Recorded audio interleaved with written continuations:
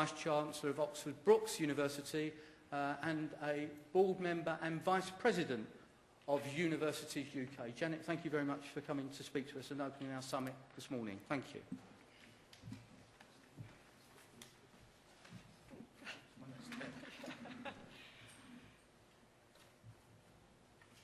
Good morning, everyone, and I'm delighted to be here with you today. Yes, one of the many titles that I carry fraudulently is Vice President Northern Ireland, so apologies, Northern Ireland colleagues. Invite me to visit, I'd love to come. So, I'm going to talk about three different areas, and I'm hoping that you're not all Robbins out, because I'm going to revisit Robbins very briefly before I go on to talk about the current situation.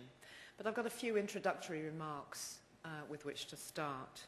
UUK is very pleased to work closely again with Action on Access on this, the third annual Access to HE Summit.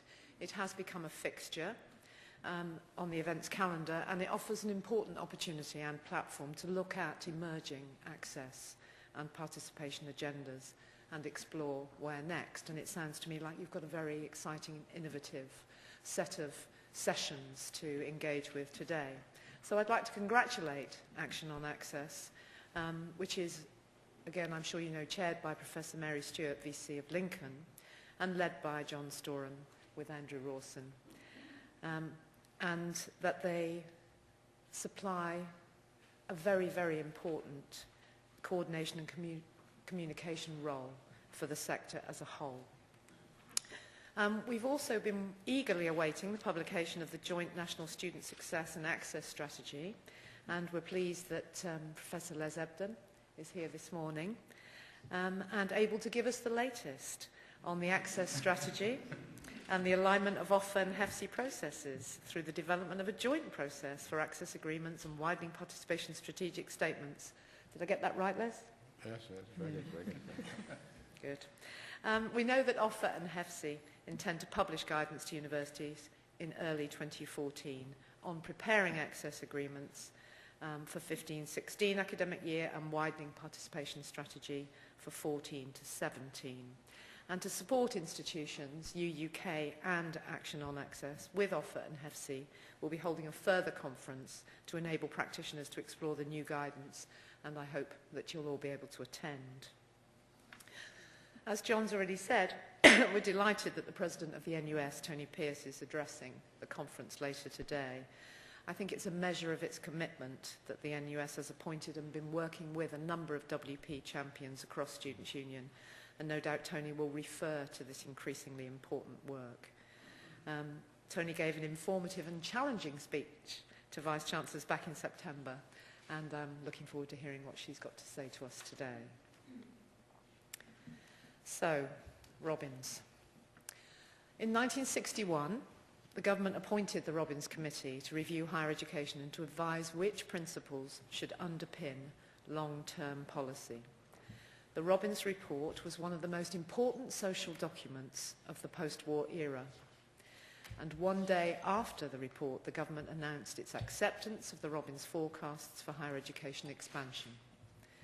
The Robbins Report went on to establish what became known as the Robbins Principle. Courses of higher education should be available for all those who are qualified by ability and attainment to pursue them and who wish to do so. This principle has come to underpin higher education policies internationally and has transformed the lives of millions of people, particularly women, as the report set in train an expansion of higher education that still continues. At that time, only about 5 in every 100 young people went on to full-time degree courses, not all of those in universities. Only 1% of working-class girls and 3% of working-class boys pursued higher education. Another 3% of young people went on to teacher training or other non-degree courses. Robbins had 178 recommendations, including one that said that schools, local authorities and universities should cooperate to ensure much wider access to higher education. Well, we're still working on that one, aren't we? Adult education should be encouraged. Yes, it should. And detailed planning, this is my favourite, detailed planning for higher education should be made for a period extending 10 years ahead. I'm not going to say anything about that. So, it all seems relevant today. Robbins started the journey for expansion. So what progress have we made? Well, it looks good. This graph has been developed from figures in the Robbins Revisited report on all full-time higher education. So it gives a good overview on overall numbers, not entrants, and includes home and overseas undergraduate and postgraduate full-time enrolments. Clearly, we can see an expansion. However, in order to see what's really happening, we need to drill down and look behind the figures to see what's going on in specific groups. If we look at young entrants, the recent HEFC report on trends in young participation in higher education showed that since the late 1990s, the rate of participation in HE among young people has increased from 30 to 38%. And although the participation rate has increased for both women and men, it has increased more for women. This means that the participation gap between men and women is wider than it was 14 years ago. Now young women have a participation rate that's 8 percentage points higher than men, making them 22% more likely to progress into higher education. In 2011-12, 56% of students were female. And obviously within this average figure, there was some variation by level of study. At first degree level, around 55% of students are female, and at postgraduate research level, this is 47%, increasing from 44% in 2003-04. And obviously in different institutions, there's a much wider variation of gender. But as we all know, women continue to do less well in the labour market. And ONS figures show that 25% of female graduates are in lower middle skill jobs compared to 12.5% of male graduates.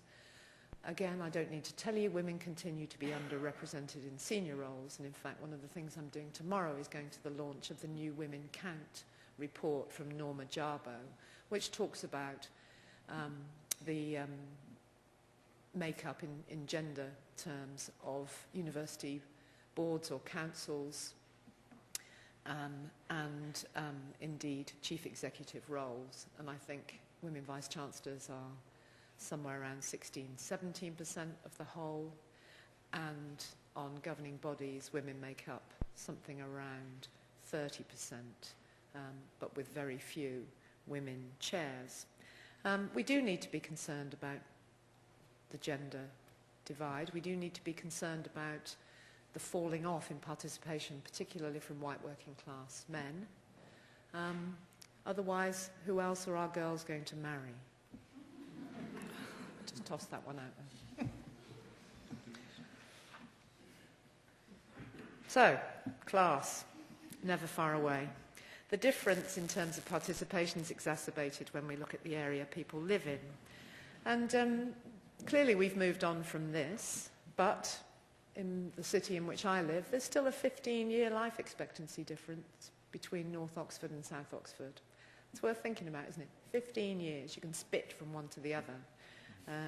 The class divide is, as we all know, alive and well.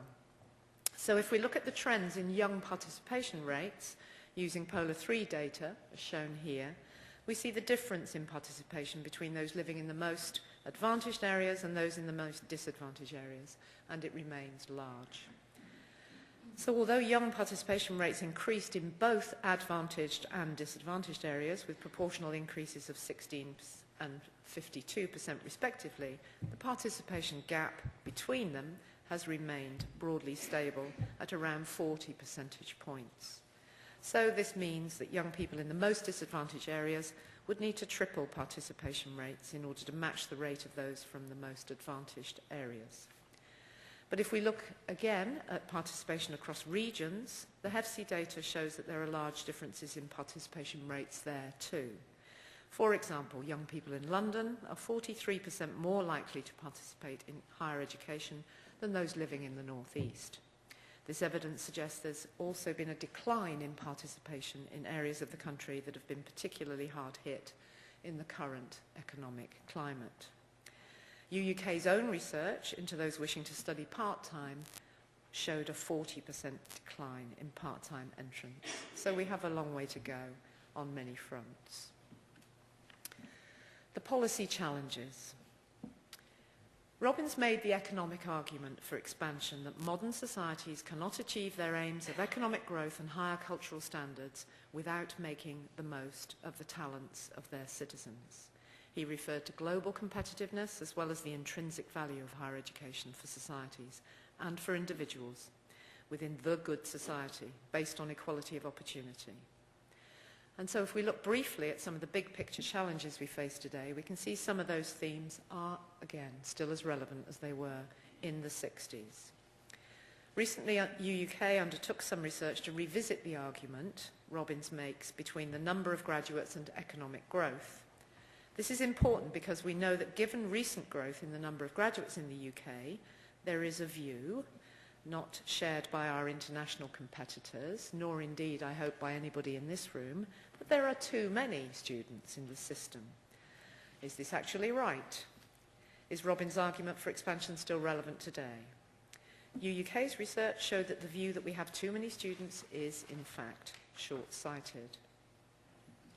Mary Kernup-Cook has this brilliant pair of slides, one that both from the Daily Mail, you won't be shocked to hear, one that talks about the national scandal that there are still 6 students for every place available in higher education, and the next one showing the national scandal that we're producing too many graduates who are going into muck jobs. So, you know, they have no difficulty at all with existing comfortably within contradiction, I know, but the rest of us just have to exist within conditions of ambiguity. So, will these expanding graduates benefit? Expanding graduates? That's an unfortunate phrase, isn't it? Will the expansion of higher education benefit the UK economy? I was at university in the US for a year, and they used to say what happened to first years was the freshman £30. Maybe that's the expanding graduate. I don't have time to go through all these issues here, but the contribution of HE to economic growth is, as you will see, and as you know, multifaceted. An evaluation of the evidence demonstrates there's a positive relationship between enrolment rates in higher education and economic growth. A recent study by BIS, and I commend this study to you, it's available on their website if you haven't looked at it already, carried out by the National Institute of Economic and Social Research, estimates that graduate skills accumulation contributed to about 20% of GDP growth in the UK from 1985 to 2005. And the study estimates that a 1% rise in the share of the workforce with a university education raises the level of productivity by about 0.2 to 0.5% in the long run. The UK competes in a global market. Therefore, to remain globally competitive, we must ensure we have a workforce with the skills to meet future demands from employers. Are you all familiar with the idea of the hourglass economy? So lots of jobs at the top, fewer jobs in the middle that can be outsourced, and then jobs at the bottom because you can't outsource your hairdresser. The UK Commission, well, you could try, but don't think it would. Might miss the point, really, mightn't it? The UK